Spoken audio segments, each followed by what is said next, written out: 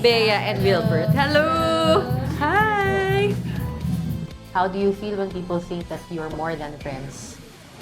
Eh, di ibig sabihin effective. Pero ako, sobrang natutuwa po ako.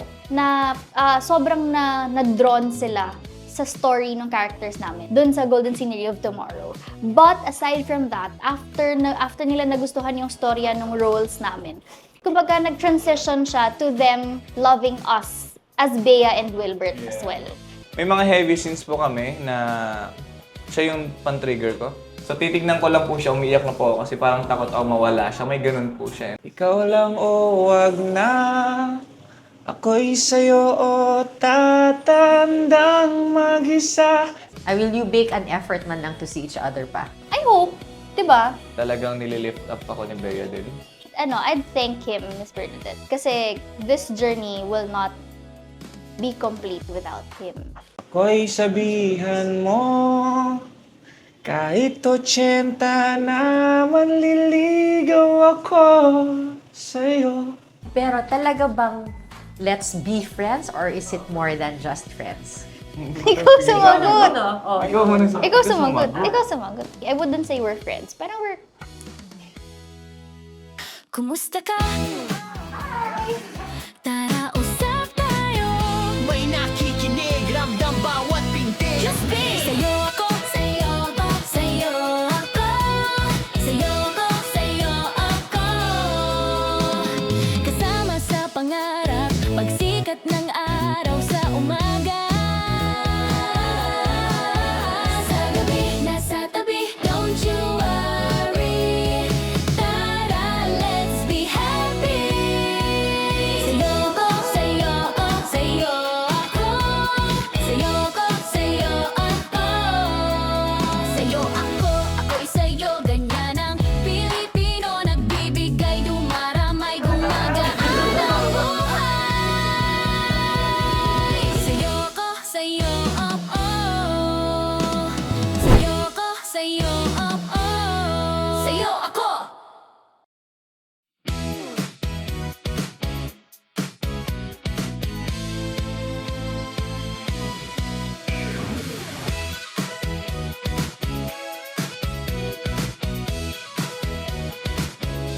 Welcome to Primal Brew. Meet Yancy, my friend. Hi! Hello! Bea and Wilbert. Hello!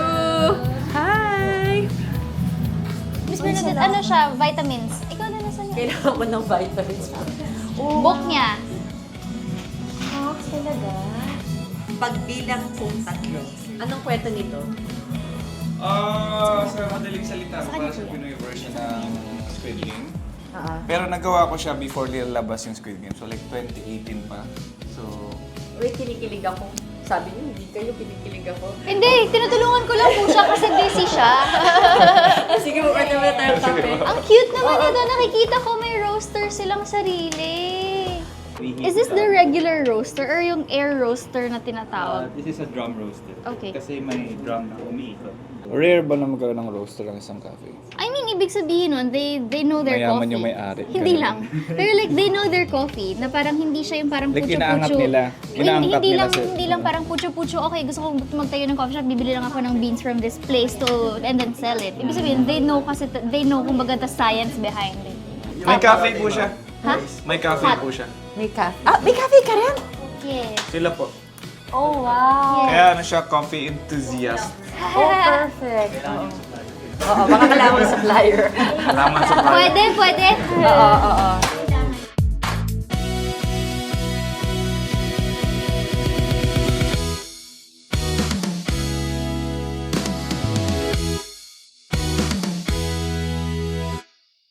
Via! Tangi! Alam mo, ang cute nyo rin, no? Lagi kayong magkasama. Parang buy one, take one. Ha? May crush na yata ako. Sino? Sino yung crush mo? Magagalit ka ba kapag hinalikan kita? Hindi. So ngayon, madalas kayo magkasama because of work, but do you also spend time outside work? We gym. Workout po. Nag-gym na po ako ngayon for the first of my life. After my athlete phase. Kwento mo sa mga hindi nakakaalam. Okay, so atleta po ako dati. Nag-wushu po ako and I competed at the National Wushu Championships here in the Philippines. Ibang level yun, oo. Mahirap rin yun, ha? Actually, the main reason why I did wushu was to lose weight. Siopaw po kasi talaga ako dati. Waistline ko na 31. After 2 months of doing wushu, waistline ko 24. Oh, wow! Effective pala ang wushu. Ganun po siya kalala. Pero siguro kasi with the training I did din, I was training every night, every day, Monday to Saturdays. So you were Diba? 13, ang bata mo nga nag-start sa showbiz. I started when I was 6. Ikaw, anong ginagawa mo ng 6 years old? Nangangarap lang din po that time na maging artista. So hanggang pangarap lang yung showbiz sa akin before, nung ganong mga edaran. And then nabigyan po ako ng pagkakataon nung 19 na po ako. Tawag ng tanghalan po. After tawag ng tanghalan po, 2016, nag-Pinoy Boy Band Superstar po ako. And then, may nakita po ako sa TV na parang public audition ng #member. Sakto po, nasa Manila ako. So, pinuntahan ko po. And then, sinerte po. Sa probinsya, marami ang gustong Yes, mag-artista. Bakit mo ginustong mag-artista? Kaya nung bata pa lang po ako, like, I started singing when I was 3 years old po. Ganun ka bata. And then I started dancing when I was 12 years old. Started writing songs nung 15 years old po ako. Ganun po. Wow! So talagang, kumbaga nakaguhit na sa palad mo. Talagang yun na yung kinalakan mo. And in your case, mag-artista ba sa inyo before? Wala po. My mama's a businesswoman. So parang she had her business when she was 18. And then, nung bata ako, very active na si mama sa pag-ano sa akin. Pinag-voice lessons ako, ganyan. Modeling lessons, ganyan. And then, pero wala talaga. Parang wala po sa family, wala sa yung pag-artista. Kasi nga, more of business talaga eh. Napanood ko yung audition naman ng Starstruck Kids sa GMA, sa TV. I remember clearly running down the stairs telling my mom, Mama, gusto kong mag-audition sa Starstruck. So yun, doon po nag-start. Tapos yung mga teachers ko, sige, go. Kasi active din ako sa Active din ako participate sa mga sa school, yung mga mag-perform. Yung walang Medyo hiya sa makapalang katawan. mukha. Ikaw rin, wala kang hiya sa katawan. Wala po talaga. Wow! How to be you? Ano po siya eh, parang may ugali po ako na pag may ino-offer na contest, magtataas po ako ng kamay, tapos aaralin ko na lang after ko anong klaseng contest. Bahala na. Opo. Like dati, tie-dyeing contest, like robotic dance. So wala akong idea, pero game. Ngayon aralin ko na lang po after. So may ganun po akong ugali. So parang dun po ako na-train siguro to perform in front of a lot of people. So pag magkasama kayo, you understand this energy of being into performance, yung entertaining people and showbiz. Naiintindihan niyo ang isa't isa? Or magkaiba rin kayo? Pero medyo magkaiba rin po. Kasi parang ako napagod na ako. Hindi, Tsaka- joke lang. Hindi, parang kasi siya eh. Parang minsan magkaiba kami ng opinion din eh. So parang every time we talk about things, medyo may debate. Kasi ang ano po siguro yung difference po kasi namin, siya is matagal na siya sa industry.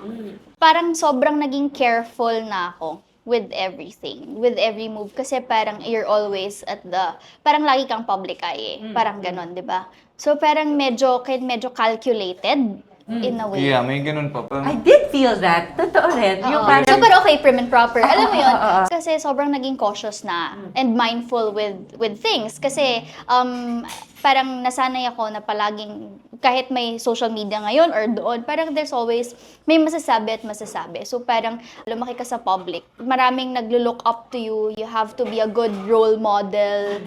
Siyempre, kahit papano, dahil palagi ka nakikita, atensyon ng mga tao nasa sayo, kailangan, kumbaga, maging worthy ka of being a role model. Diba? Parang ganon. He's more of, it's better to be real. Yeah, yun. He's very artsy eh.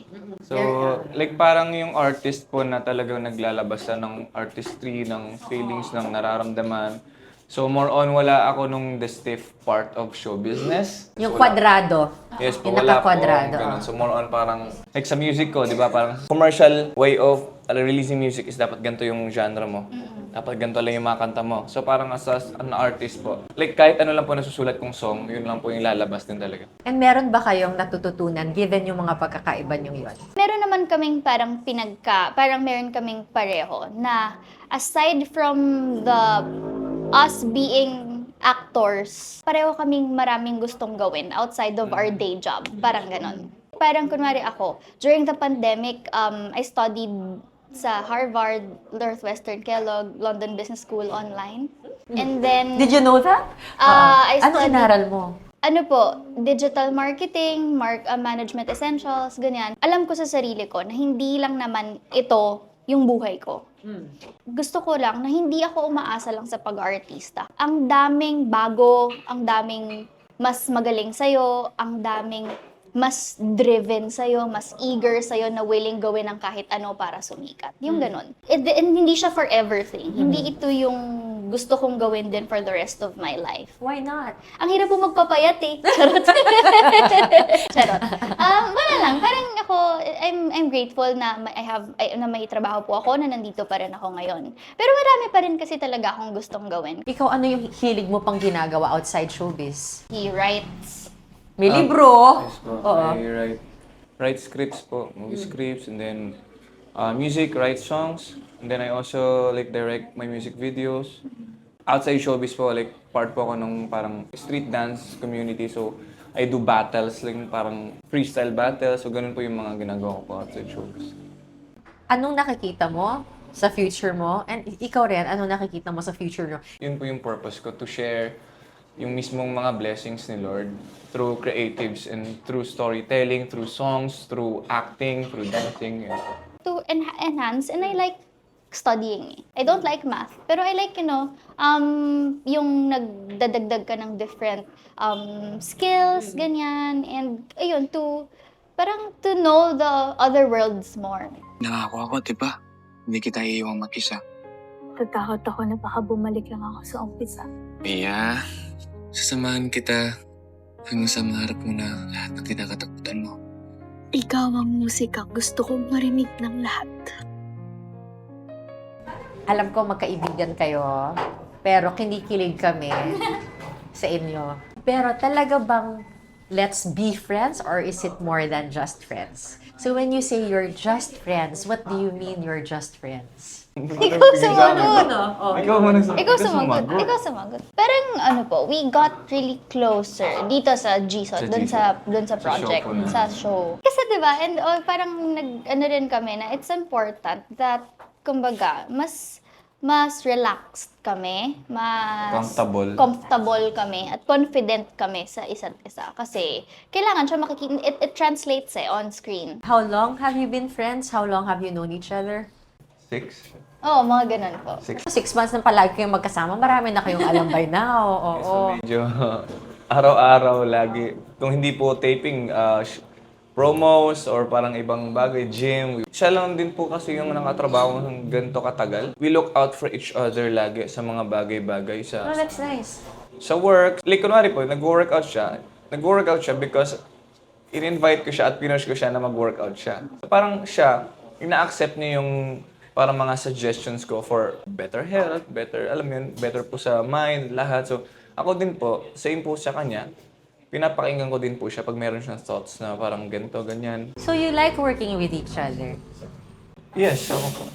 Yes. So kami po, nagbubuhatan po kami sa isa't isa on the set, sa mismong eksena, and then we communicate, and then wala pong na-offend pag di ba may mga ganun po minsan na parang may pride na hindi pwedeng pagsabihan na gawin tong ganyan. So kami pong dalawa, kami pa po mismo yung nagtatanong, what do you want? Okay lang ba to? Ganun po kami. Yes, kasi baka awkward yung isa. Yes po. Love scenes, for example. Yes po. May ganun. But may as ganun po friends, kami. awkward ba yun? Kunwari you're friends and you're doing like intimate scenes together? I wouldn't say like love scenes talaga. Kasi ako, at first pa lang, very clear na po ako sa Viva na I'm not someone who does these things. Na parang, kahit sa kiss, as in sabi ko talaga, ganun lang. As in, dikit lang, walang ganun. Alam mo, like parang, nung sa umpisa pa lang, sinabi ko na po yun. Ako kasi hindi ako artista. Apo. But I've interviewed actors na kapag intense yung scene, dinadala nila. Sa love story, Hindi ba kayo madadala? Kinikilig po ako sa eksena namin pag nanonood po. Okay Like kahit ako yung mismo nasa mismo screen, parang kinikilig po ako. Na parang, uy, good job tayo nun ah. Sa drama scenes. Na kahit nagawa na po namin, kami yung gumawa dun, kami yung nasa taping, kami yung Iyak pa din nagtitape. siya. Kasi sabay namin pinapanood yung mga episode. Para kapag hindi Midnight. naman namin siya napapanood ng advanced eh. So kapag na-release yung episode, pinapanood din namin siya. So yun, umiiyak din ako habang umiiyak ang characters namin sa eksena, ganun. Every heavy scenes po namin, medyo may ano po ako, crash out after. As in, lalayo po siya konti. Tapos makita mo na lang umiiyak siya. May mga heavy scenes po kami na siya yung pan-trigger ko. Papakita lang siya. Siyempre, wala siya sa scene. Pero alam ko siya si Via, yung mismong physical Via. So, titignan ko lang po siya, umiiyak na po ako kasi parang takot ako mawala siya. May ganun po siya. Tiningnan niya lang ako, tinawag niya ako. So lumapit ako sa kanya. Wala pa akong sinasabi, mga after 5 seconds, umiiyak na siya. Pero okay, The game, take moment na. like, tinawakan mo yung kamay ko. May mga 1, 2, 3, buhos na agad Ganun na eh. siya. May ganun po kaming connection lalo dito sa project na to na kasi we're doing this for ilang months na, di ba? Sweet. Paano pag magkahiwalay kayo? Is that why you're also thinking of projects together? Kasi you enjoy each other's company? In terms of yung mga projects naman and yung sa trabaho, parang it's more of Viva talaga. Parang hindi lang ito yung show, ganyan. Na parang, baka okay, meron pa. sige. Sana may chapter So, so kumbaga, Gumawa din po ako. ano lang, parang to help lang. Parang, okay, ito options, ideas, ganyan. Di ba nasa Viva po ako? Pero as an artist po kasi like, I don't really wait for opportunity na lumapit po sa akin. So, I usually make my own opportunity and kaysa mag-antay lang po na mag-antay. Tama. So, ngayon, how do you feel when people think that you're more than friends? Eh, di ibig sabihin, effective. Pero ako, sobrang natutuwa po ako. Na sobrang na-drawn sila sa story ng characters namin dun sa Golden Scenery of Tomorrow. But aside from that, after nila nagustuhan yung storya ng roles namin, kumbaga nag-transition siya to them loving us as Bea and Wilbert as well. But can you say to each other, let's just be friends? Or, honestly, since matagal na kayong magkasama rin naman, now we're still open rin naman whatever, you're not really closing the doors. Ako po, ever since, I've always said na I don't want to get pressured with labels or anything. Number one, I don't want to get pressured na, okay, love team kami, kailangan naming maging kami para maging nakakakilig kami at para maging effective kami. So parang ako, I don't really think about labels. Na parang what's important is, kunwari, sa amin, ganyan, alam namin yung kumbaga, alam namin how we work together. Mas nakikilala namin yung ugali ng isa't Yung isa. ano po, ayaw po naming magpa-assure through words sa mga tao na parang itatanungin po kami na may something, so parang, or parang magkakaroon ba ng chance. So, like, hindi po namin siya sinasagot talaga kasi ayaw po namin may masabi kami na alam po yun. So parang, basta ang alam namin, we enjoy working with each other, happy kami na magkakilala kami, na dumating ako sa buhay niya, dumating siya sa buhay ko, and we have this chemistry on and off cam. So hindi siya, hindi lang siya about work na lang po eh. Kasi after work, we help each other push up pa sa lahat ng bagay. It's a partnership. Partnership, yes po. It is a partnership. Yeah. You're both 28, no? And marami akong naririnig na mga kapanahunan ninyo na minsan ayaw na mag-asawa. Apa. Do you see yourself having a family as individuals, ha? Not Yes, like ma'am. together, having Yes, a family ma'am. together, linawin natin yan. Ikaw, you're 28. Do you see yourself settling down? Of course. Syempre, ano po yan, nasa pangarap din natin yan, nasa goals natin yan, ganyan. I feel like that's part of life. It's a phase na we have to eventually reach. So, gusto mo yun? Opo. What age?